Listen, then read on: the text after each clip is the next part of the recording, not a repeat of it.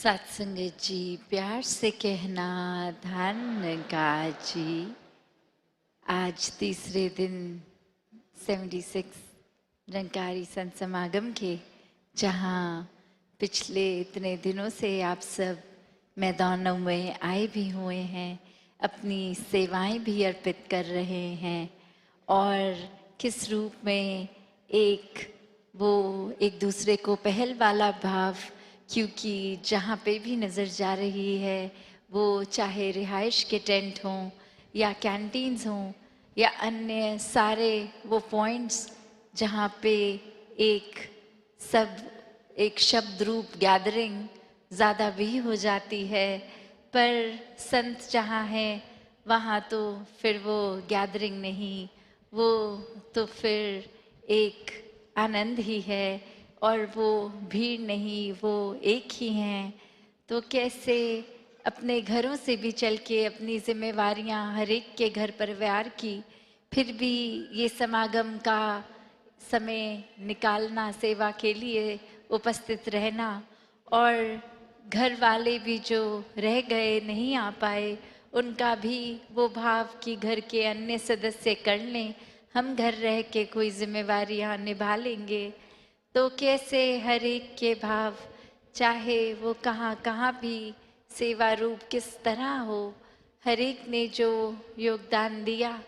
ये समागम को सफल करने के लिए, एक भाव जहाँ हर एक का कि पूरा संसार इस ब्रह्म ज्ञान से जुड़े, इस मिशन से जुड़े, एक अपने जीवन में सुकून, स्थिरता, सहजता,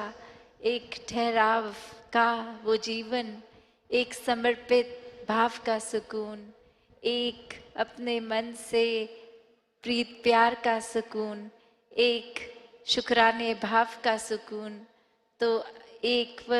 भाव हर एक का कि कैसे एक लव एंड एक्सेप्टेंस के साथ भी ये सुकून का ही भाव होता है। हर एक पूरे संसार में जहाँ जहाँ भी रह रहे हैं, अभी भी नज़र जा रही है, तो एक फिजिकल अपीयरेंसेस की बात करें तो हर कोई भिन्न भिन्न तरह के दिख रहे हैं, एक बैकग्राउंड, एक कल्चर, एक सब इतना अलग, फिर भी एक खूबसूरती हर एक की, हर एक में वही नूर इस निराकार का। तो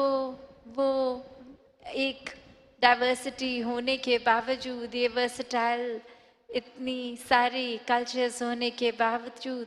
एक ही सब क्यों है? बात वही, सभी इस निराकार से जुड़े हैं, इसी की रचना है, ये आत्मा और परमात्मा का रिश्ता। तो कैसे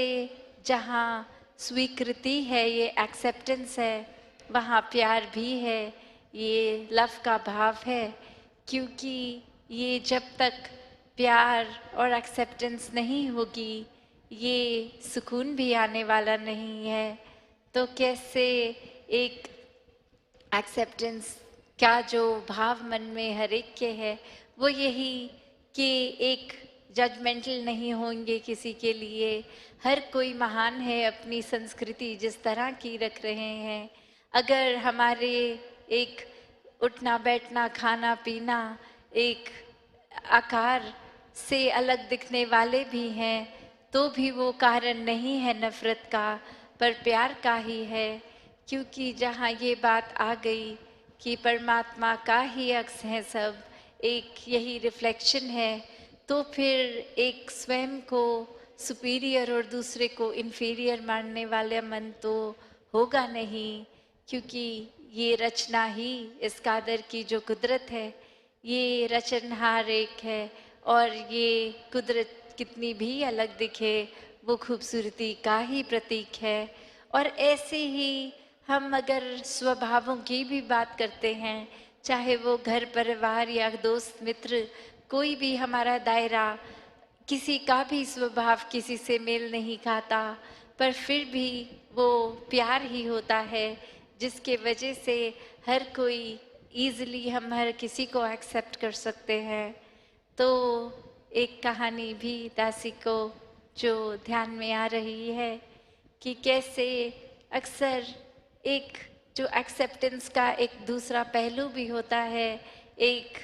नॉलेज जब ज़्यादा किसी को आ जाती है तो वो किस तरह से फिर उस दायरे तक सीमित नहीं रहता कि अगर मुझे कुछ खास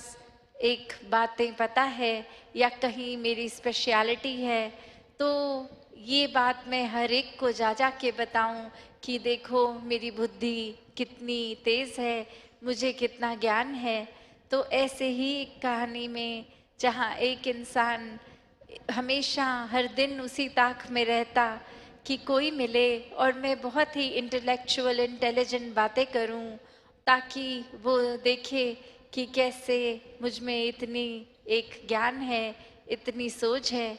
और वहीं एक दिन एक भी इंसान उसे नहीं मिलता और मिलता क्या है, एक छोटा सा बच्चा जो अंधेरे में एक दिया लेके कहीं जा रहा है। और वही उस बच्चे को ही अब पकड़ लिया गया और कहा कि ये रोशनी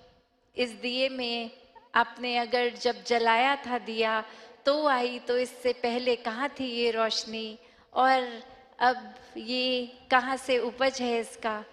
तो वो बच्चा फटाफट वो दिए को बुझा देता है और बोलता है कि आप ज़्यादा सयाने हैं तो आप ही बताओ कि अब ये दिया मैंने बुझा दिया है तो ये नूर ये कहाँ चला गया, तो ये जहाँ चला गया वहीं से वापस आ जाएगा। तो वो बात बच्चे की कि कैसे एक बुद्धि जो बुद्धि एक सोचवान अपने आप को जो समझता है और वहीं उसकी बुद्धि भी वहाँ समाप्त हो गई। एक इंटेलिजेंस पे जो वो हावी अहंकार वो ख़त्म और वहीं उस बच्चे के चरण स्पर्श कि ये एक हमें वो नहीं देखना कि ये शिक्षा कौन दे रहा है, क्या उनके जीवन में वो बातें लागू हैं जो वो कह रहे हैं, पर ये शिक्षा कहाँ है क्या है। तो बात वही कि ये तो कण कण से शिक्षा है क्योंकि परमात्मा ही कण कण में है, ये निराकार पूरे ब्रह्मांड या ब्रह्मांडों में भी हर जगह ही है। और कैसे कण कण में जहाँ निराकार है तो अवश्य ही कण कण से शिक्षा भी ले सकते हैं। फिर वो चाहे शिक्षा देने वाले कोई भी हों, एक अपने आप को समर्पित करके एक मन में इस दातार का ही शुक्राना कि किसी घट से भी कोई शिक्षा मिल रही है, किसी वस्तु किसी अन्य चीज़ से भी, तो हर एक से जहाँ एक प्यार और एक्सेप्टेंस अगर है मन में तो ही ये भाव कि हर कोई अगर हमारे विचारधारा के विपरीत भी है तो भी कैसे आराम से सुकून से उनकी बात को समझ के एक अपनी बात रखना अलग बात है, पर उस वजह से किसी को नफरत नहीं करनी, एक हेट्रेड का भाव नहीं आता। तो कैसे हर कोई जहाँ सुकून में ये जीवन बिताए क्योंकि ये संसार में आए हैं और अन्य कितने ही लोग जो अलग विचारधाराएं रखें कहीं से भी हों, कोई ऊंच नीच नहीं, कोई भेदभाव नहीं, कोई भी एक इस तरह का भी ख्याल नहीं कि हमसे अलग हैं, बल्कि हर एक को एक आईना एक शीशे की तरह देखें कि जो हम में है वही ज्योत सामने है। तो यही ज्योत इस निराकार से आई और यही ज्योत ये शरीर खत्म होने पर यही ज्योत अपने असली रूप निज घर में ये मुक्ति एक साल्वेशन की बात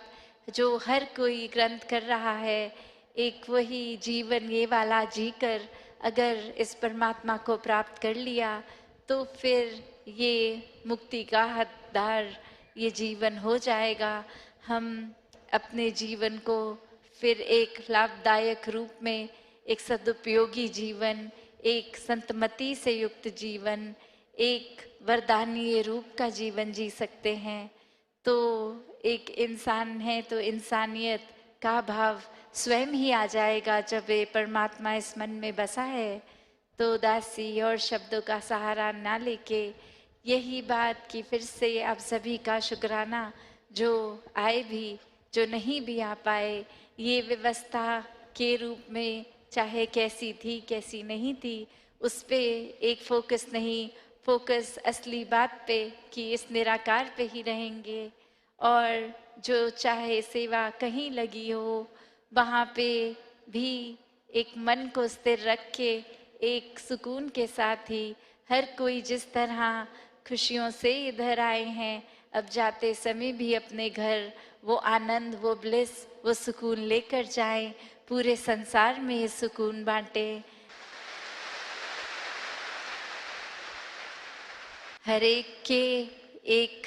बनने का ये संसार में अब समय है कि किसी को अपने मुताबिक तोड़ मरोड़ के ये कोशिश नहीं कि हमारी एक सोच से मैच हो, हमारे नेचर से मैच हो, हमारे जैसे बन जाओ, पर नहीं, वो फ़र्क उनके मुबारक हैं, वो डाइवर्सिटी मुबारक है। बस हमें अब समय है हर एक का बनना है, वो भाव रखना ही नहीं कि ये अच्छे हैं कि बुरे हैं। बस हर एक के जितना हम हो जाएंगे उतना और इस परमात्मा के करीब आते जाएंगे। तो भक्तिमय जीवन हर एक के हिस्से आए, हर कोई इस जीवन को मुबारकबाद जीवन बनाकर इस धरती से